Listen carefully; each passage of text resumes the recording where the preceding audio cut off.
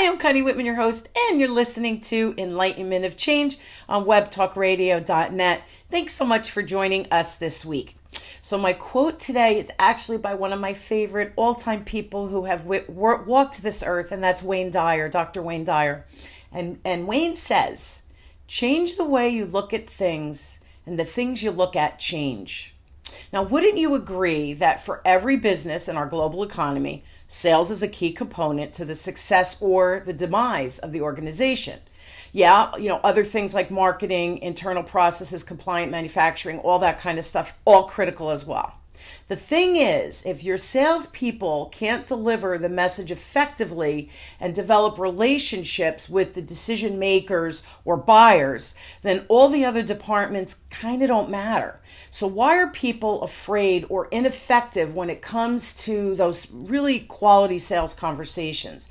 And would you be surprised to learn that there's actually a psychological component to every sales conversation? I go back to my quote, change the way you look at things, and the things you look at change. What if you were able to understand the psychology just a little bit better and to change the way you look at sales? Do you think that maybe the conversations would change as well? I sure do. Now stay tuned as my guest unravels the psychology behind money and the sales process that may be getting in the way of you having financial and business success. So my guest today, back for the second time, is Loriann Reeves. Now Loriann is a sales and business strategist, professional psychotherapist, speaker and writer, and premier success coach. Now business and entrepreneurs hire Loriann to connect, capture, and to close business by working with them to sell confidently and with authority. Now, she helps them with the psychological aspect of money dynamics that actually can get in the way of financial and business success. Now, Loriann's been an entrepreneur for over 20 years, and she helps lead sales teams for major events and consults with corporations to enhance team dynamics. Her clients range from those solo entrepreneurs to Fortune 500 companies to help them all understand how a business model, sales, and marketing plans need to align to work together for growth. So please help me welcome again back for the second time, Loriann, to the show. So thank you so much for being on. Thanks, Connie. I really appreciate it. Love being on your show last time. So glad I'm back. Yeah, and the word sales, we all freak out. We're going to talk obviously about sales because at the corner, and here's the thing, Loriann, I don't care what job you have, there's got to be a component of sales to what you do, right? Whether you're servicing a client, it creates an opportunity for more sales, right? So we're all doing sales in some way. We are. It doesn't matter if you're selling services or selling products. There are, to me, three major components for folks. You've got to solve a problem. You've got to have a clear and compelling message, and you got to sell the darn thing. And people want to put everything else in front. Yeah. And it's just not the way to do it. We're actually building businesses backwards when we do the opposite of those three components. And it's painful for the business owner or for the person doing the sales because we're so afraid to use the word sales or to ask for the business that we try to serve. Well, if you're serving someone, you have to be selling them something. Otherwise, you're just being a nice person, which is lovely, but we have to sell something. So what do you find? Absolutely. And now you deal with, again, entrepreneurs, but you deal with corporations too. I do. Do you see a common mistake or a number one mistake that people make with building their business? Oh, absolutely. So around the component of sales, the trend has been for the last few years to call sales anything else but sales. And it really has confused business building and even big corporations who should know better. We're client enrollment. We're our consultants are here to help you. Wonderful language, but it really doesn't speak to what you do. Because when you're in business, whether you're a solo, a small business, or a big corporation, you're here to not only serve your clients at the highest level, but to make some awesome money at the same time. Absolutely. And I don't know why we feel guilty that we're making money. These big corporations that spend millions on marketing, at the Super Bowl, right? They Right. spend a ton of money. they're selling, all of us using media, marketing, whatever. Yet we're afraid Absolutely. as business owners or as salespeople to sell. It's mind boggling to me. You know why I think too, Loriann, and I know you believe this as well because you and I have talked about this. Uh-huh. Sales, I believe that if we're serving at the highest level, I have to be making viable recommendations to my client to help them do Yes. better at whatever it is that they're doing, whatever the Right. expectation, whatever my delivery is, doesn't matter. So I have to be selling something. Otherwise, like we're not really building a relationship because I'm never truly helping that person or that organization. Now, what do you attribute this? I'm going to call it a glitch, but what do you Right. attribute this big fear of calling sales? In the entrepreneurial and human development space, they think it's like this, the used car salesman. But I bought my car last time from a used car lot, and Me it too. was a wonderful experience. So we have that sleaziness, that salesiness, for small business and entrepreneurs in the corporate world. I think they're just trying to be a little fancy. They're trying to find all these new little niches to set themselves apart, and they get away from the fundamentals. We hear this all the time when a big corporation fails or files bankruptcy, like Sears recently. They got away from their core fundamentals, what they did, and they didn't keep up. And they went and found some fancy ways or some fancy guy to try, CEO, to help them, and it didn't work. We tend to forget what works, and we have short memories. And then we always think from a negative perspective. Human beings just have a tendency to be negative. And so if sales starts having a bad word, then it kind of spreads like wildfire. So I think it's just those components that have really set this up. And And social media. and And social media. I do want to say, and social media. Yeah, yeah. What makes that a problem? And I don't care what size the business or the organization is. What's the bottom line of the true core problem that a business faces then? That back to those three fundamentals: the problem you solve, your clear and compelling message, and the sales. But the system talks to you. I tell corporations this, so they understand systems, because more than a Yeah. smaller business. But a corporation, when I say to them, this is happening, the system is talking to you, you're losing clients. So the system is telling you you're doing something wrong. Where's the glitch? So what department do we have to go to? What is the system in that department telling us? Of course, there's a little more depth to that. But my point is, your business, no matter what level, but especially at a big level, the system is pointing in the direction. You just have to see it. And it's really getting away from their core clients in there. I'm okay about going into another direction and having another division. That's not the issue. But the coreness of who you are as a business, and what you say and what people know about you needs to go, stay with you no matter what you're putting out there. And you know who I just thought of, or what organization I just thought of as you were saying that they stayed with their core value? It's Amazon. Amazon Yes, started as an online book seller. yes. That And was they where stuck with it. and today they're still one of the best online book sellers. So as Yeah. he introduces different divisions, now he does the food and all of those things. He becomes the best at whatever that new division is, but he never abandoned his core where he still makes a lot of Never money did. is off the books. And what he learned in the books, selling books online, he has Yeah. taken the right components from that, Yes. put it in the other divisions, so now they're smooth. Once you work out the kinks, they become just part of the culture. He can be in books to groceries. I mean, he's going to be doing other things, and he will do the same thing. Jeff Bezos will do the same thing. So it's the system. He has a good core system, and whatever that system is that he developed while he was selling the books, again, Yeah. trying to be the best. He's just duplicating that with whatever. And that, it's so funny because when I teach sales classes, I say, I don't care what you're selling. It doesn't matter. If you can engage and ask the right questions to your client base and you deliver exactly what they need when they need it, and you've just improved their quality of life with whatever you're selling, from a copier to a checking account, don't care. If you do a good job at that, they're going to keep coming back to you. They're going to give you referrals. They're going to become Right. lifelong clients of yours because you do the right thing for them. Yet that's selling. So why is that such a bad thing, right? I want to circle back. You said social media before. So how should folks think about social media? Because social media now all of a sudden is taking the place of sales. It doesn't work. So how should they think? I want to scream, but I know. For the sake of your audience. Well, first of all, I like social media for the good things it does. So I just want to say that. So social media is taking the place of sales, and people are making a mistake with that. There's a couple things happening with social media and other things people do. So they're using social media because they're afraid to sell.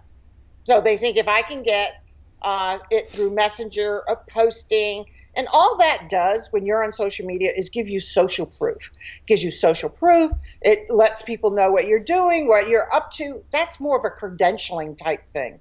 You still got to ask for the business. But people, because they don't like sales, social media has helped speed up the demise of the word sales, but it hasn't done anything to the sales itself, because people who get it make money and people who don't are out of business in 5 years, especially if you're under $5 million. If you are not paying attention, you'll be gone in 5 years. It's interesting. I went to a networking event and I won, which is funny because I never win anything, but I won a free consult from a woman who's an expert on LinkedIn. So, my LinkedIn profile, it needs work. I know it, right? But we all do, right? Because I run my business. I don't necessarily have time for that. Here's the thing. As we were chatting, I said to her, I'm really particular when I send an invite or accept one from a LinkedIn person. I have, I don't know, maybe 2,000 followers, whatever, 2,000 connections, which isn't huge, but it's not bad, right?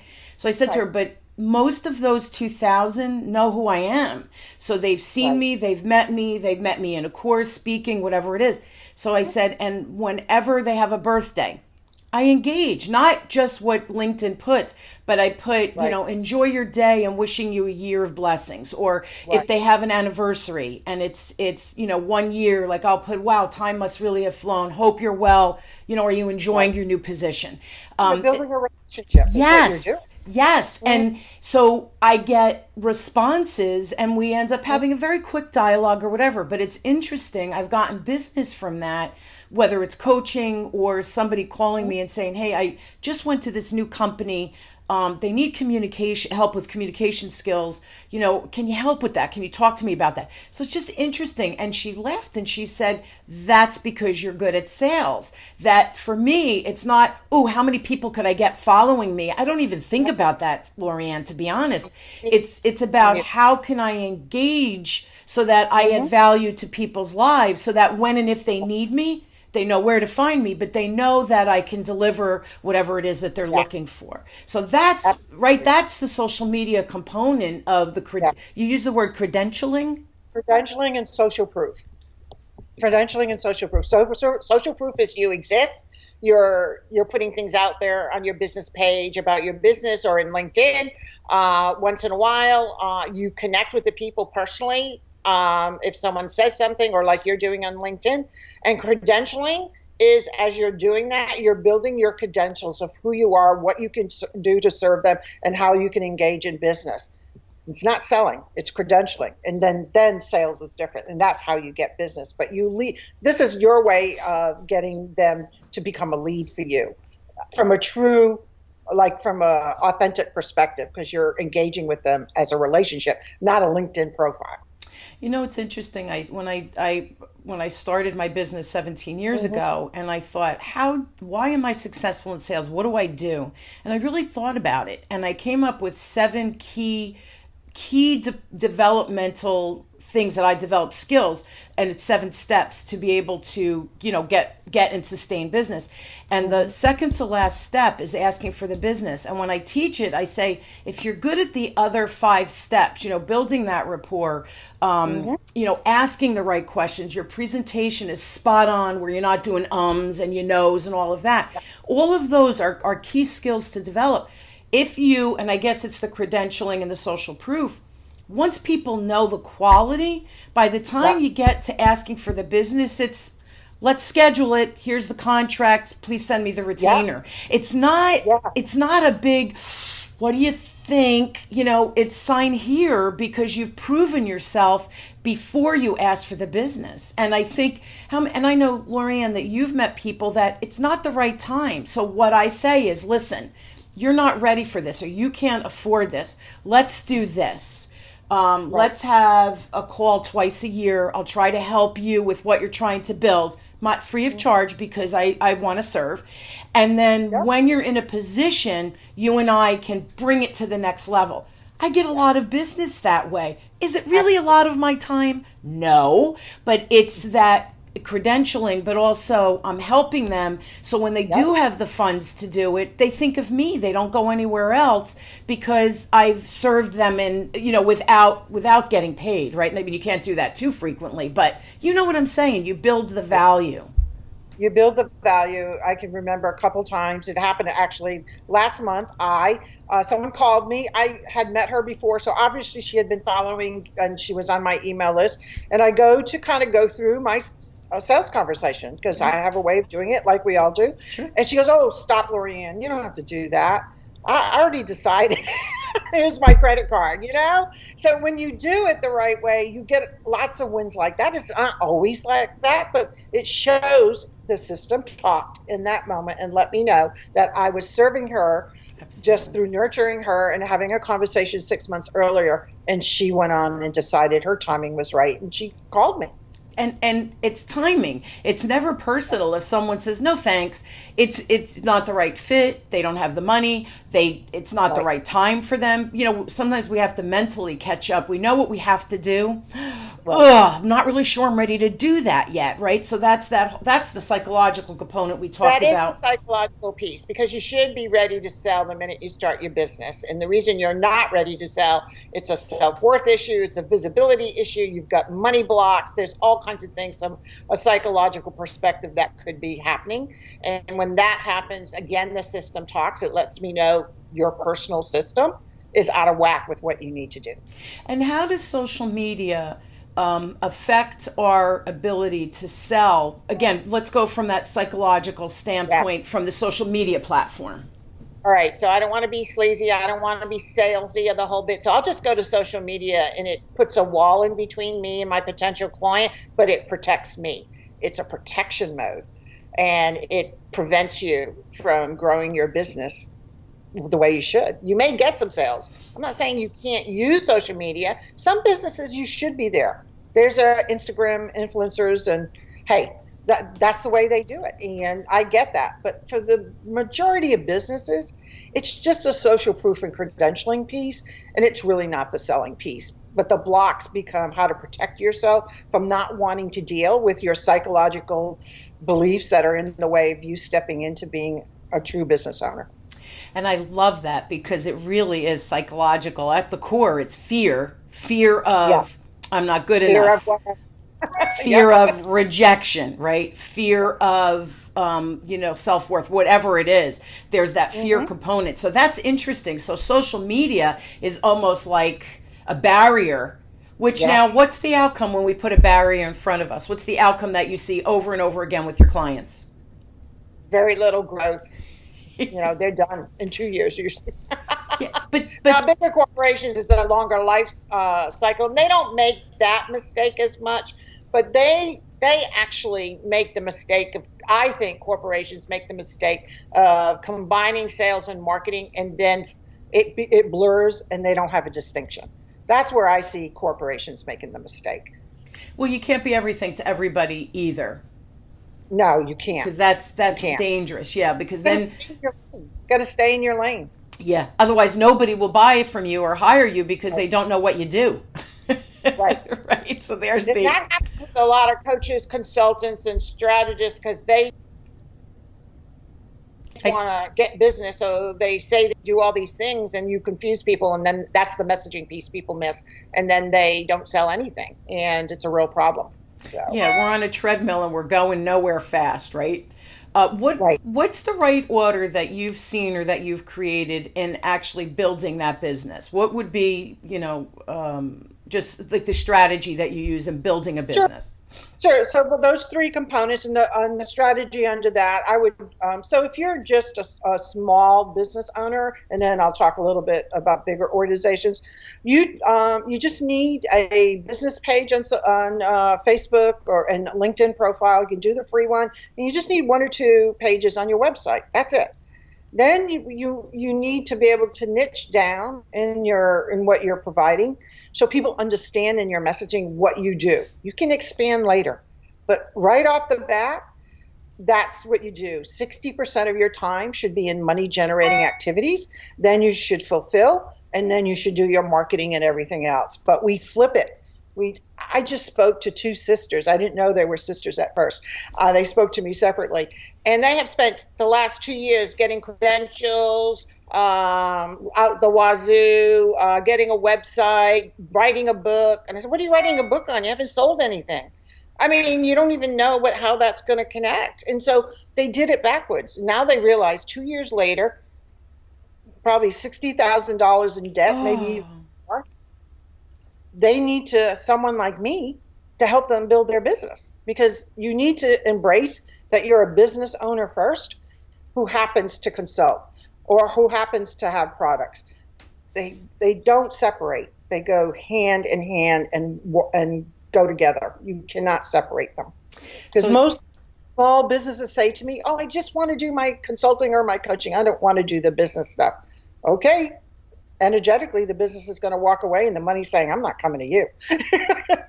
Really, because you've just told your business and your money you don't want it. Yes. Well, because everything is energy. Money is energy, right? We forget that. We really forget that. Money is just a means of energy to pay the bills, right? Or to pay for your car or your mortgage or rent, whatever it is. It's interesting because if I'm understanding you correctly, and I love this separation, credentialing and selling, you need the credentialing, right, to validate so that you can make more sales. It's interesting. Credentials gives you social proof that you're legit, but it doesn't get you business. No, and these women spent so much time on the credentialing social proof aspect, but they never engaged in the actual sales of what they were offering. They were built, so you're doing it backwards. You're building upside down. It's like you're building a house upside down. Right. One of my talks is, we're building our businesses backwards. Stop it. That's my title. Building our business backwards. Stop it. But social media has contributed a lot to that too. And there are a lot of people out there that are teaching things that people buy, and it's one of my pet peeves and rants, and they're not credentialed to do it, but they're making money because they've got a great message. But people believe it because it's easier to write a book or easier to do a podcast or easier to get credentialed than having to ask for money, because money tells us not only about our business, it tells us about ourselves, and it brings up a lot of stuff from a psychological perspective, and people run from that. That's why, really, literally, that's why it happens. Which is so interesting, because I know everybody's listening is like, what? What? It's psychological? No. I just feel like a dirtbag if I have to ask for the business. When it's, again, if you're providing a solution, what's icky about that, right? There's nothing icky about that. It's rewarding because you're helping someone. It's so funny when you were given examples of building your business. I remember when I started my business 17 years ago, I created a basic sales class because I thought that's what I'm really good at. I'm good at communicating how to go from I am terrified to really that's all I have to do. Basic class. And it was funny because as I would, get my clients and I would teach them, they'd come to me and say, this makes sense. Can you teach us now time management skills? I'm very good at time management. So I'm like, oh my God, I have so many great things. So I developed a half-day program for that. And then someone comes to you and says, we're really good at we're getting the sales, but their presentation, my people are saying knows. I'm like, oh, I have this great idea that how I present and I videotape myself. I think we should videotape people. Oh, that's great. So all of a sudden, within 5-6 years, I had like 12 to 15 classes that people had come to me. Can you do this? I'm like, oh, yes, that's another great skill that I can teach them. You're ready for it. Yes, we can do that. They were coming to me, not got me, I have this other class I developed. Right. I developed one thing that I knew I was good at foundationally, Yep. and then from there, I was asked for all the other stuff. So it's just And interesting. that is the system talking to you. You started with what you did the best and knew you could deliver, and the system, it came through people. Systems always come through people. Money always comes through people, doesn't fall from the sky. You either get a paycheck, you have a business, or you inherit. It's usually, unless you steal, but we're not going to include that one, right? So it's the system talking, saying, Connie, we really liked what you did, but our people need this next. So you responded like a good business owner. Yeah, and it's so funny at the time because I was such a new business owner. I was, late 30s, early 40s. Like, really, I didn't know anything about running a business.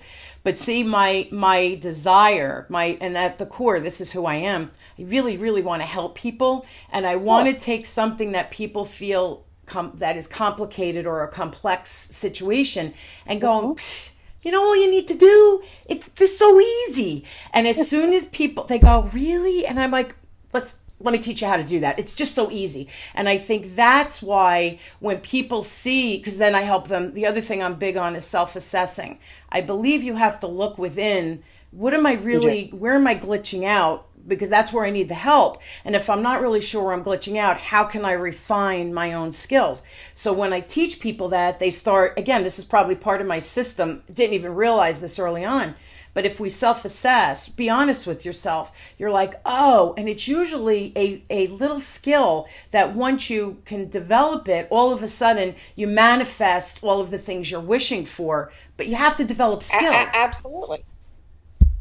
You do. And it can be as simple as asking a question a different way to yourself, so you open up your vision of what opportunities are out there for you, or the space enough to take on sales or take on what is in your way. Yeah. So it's not hard work. We just make it hard. People are bad about making everything hard. We love living in crisis. We love living in struggle. It's how human beings are evolved, because we evolved from the cave times, and that it was always that way. It was survival, but we've still taken on some of that culture, and we apply it today when it's not necessary, and it can be so easy to make money in your business.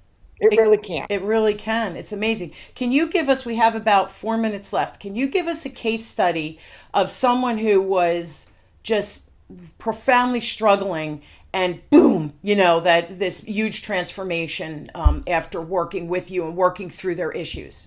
Yeah. Well, I'm going to tell you about, I have a millennial client that I met this summer, and she didn't even know what she didn't know. So that's how this is a gal that was homeschooled, but yet wasn't homeschooled. Went to college after, she's had a lot of struggles, didn't know anything, had to take all those remedials, went to college, and I want to say that because she really worked it hard. Wow. Got an appointment with a CEO of a hospital in a major city, and she's telling me about this. I said, do you know what you're going to do? This is a selling opportunity. And she's like blank. She goes, oh, I think I need to hire you. And I said, yes, you do. So I just said it. I said, you're not going to succeed even a little bit if you don't hire me right now. And we get on the phone in the next 2 days, because her appointment was less than a week away. Yeah, opportunity's gone. Right. So she had it first with the CEO. I helped her develop the questions she needed to ask, the sequence of how she needed to be in that meeting, how she needed to respond to him about her product, what were research is important for this industry. So what does the research tell them about your product? So I'm always thinking about how my clients can use what a potential customer or client can have, because their system, they've got a glitch somewhere, and there's your gap to move in. Sure. She came back with a follow-up with like 20 doctors. For 2 months later, she has the appointment. Again, she didn't know how to do anything. We had to, really work that through. But the thing I'll tell you about her, literally blank canvas when we first started. She was always willing to take on the coaching, and she would go practice. She would come back. She had crazy questions. She had maybe some questions you and I would think are so fundamental, but she didn't know. And actually, she just landed that big um, client for herself. I mean, That's we're talking several $100,000 that's in amazing. less than 6 months. That's Her commission. amazing. It'll be paid over time. She's an independent salesperson, but she didn't know she was. That was the thing. She did not know she was an independent. She just told me, well, I work with this distributor. I said, oh, you're an independent sales rep. And it was like, really? It's So adorable. it is so much success because she kept working it and she was open and she just said, I know nothing about sales, but I'm going to listen to everything you say. And she got it.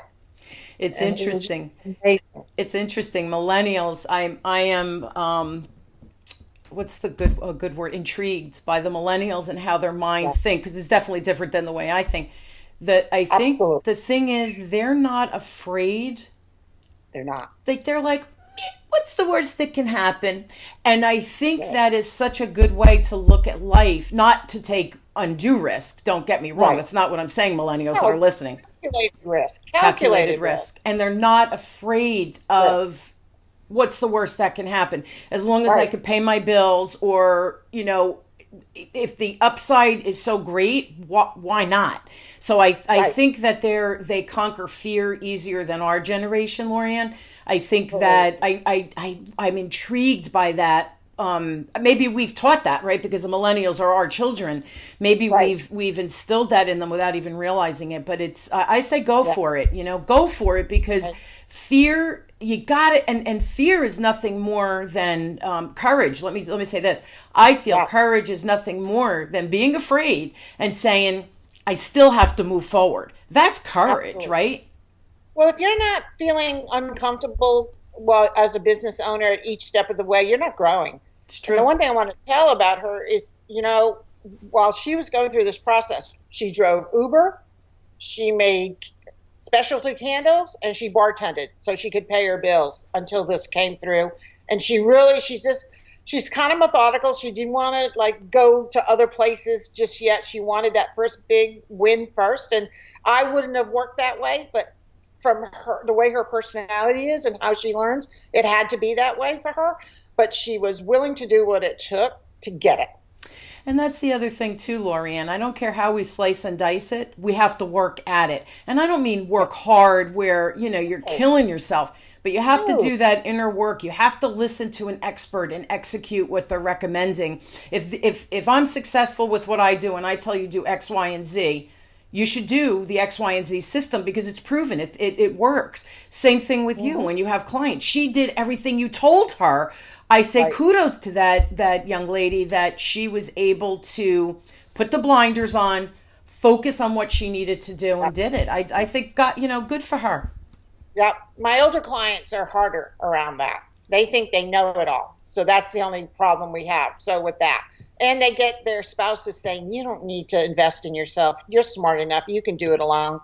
It's really terrible advice. It really is, because the reality is, Loriann, we can't do it alone. I feel like every day I'm like, oh, I need to do that. And you get the knot in your stomach like, oh my God, I don't know anything about that. And I think, pull up your big girl panties and move forward, baby, because you got to learn that to bring your business to the next level, to scale whatever it is that we're trying Yeah, to do with our business. You got to be uncomfortable, absolutely. right? And I think Yes. uncomfortable is a good thing. It Yeah. keeps us It fresh. is a good thing. It is a good thing. It absolutely is. Hey guys, we're out of time, but listen, if you want to check out Loriann, go to her website. It's LoriannReeves.com. I'm going to spell it. Lori is LoriAnne, Reeves, REEVES.com. Or you can email Loriann directly at LoriAnne@LoriannReeves.com. So easy, Loriann, for them to find you. I know. Um, And I'm over social media like that too. So it's just my name. So if you want to follow her on Facebook or LinkedIn, again, that's the way to connect with Loriann. Yeah. Loriann, thank you so much for just the tips, insight, the clarification of the credentialing and selling, and the steps that we have to go through or ask ourselves to move from Sure. point A to point B. So thank you so much for your insight and wisdom. It's helpful. Plus, I love the psychology psychology of the sales. So, Yeah. My pleasure, Connie. Yeah, that My excites me. I know I need to get a life, right? Clearly, everybody's like, Connie, you need to get a life. Everybody, if you'd like to, my partner and I, we're still offering that free communication style assessment. Go to wisdomdecoded.com. Right on the landing page, you get the free assessment and you get a little report. Tells you what your strengths are, your superpowers, and it also gives you maybe where you're glitching out and some challenges that you face. Again, very insightful. It's a free report and a free assessment, wisdomdecoded.com. Email me directly if you have questions or need help with anything sales related, business related. Reach me at connie@whitmanassociates.com. Again, Loriann, thank you so much for being on and just sharing just such a wealth of information. Always appreciated. You're welcome. My pleasure. And I hope you guys will join me weekly as we question, build, and discover together that we can challenge ourselves and grow from wherever you are, whatever standpoint. Loriann just gave some great tips today. And again, when you feel uncomfortable, that's where the magic happens. So just challenge yourself, embrace change, and realize that you've got this. You've been listening to Enlightenment of Change with me, your host, Connie Whitman, on webtalkradio.net. Thank you, everyone. Have a wonderful, inspired week, and go sell something. Thanks, everyone.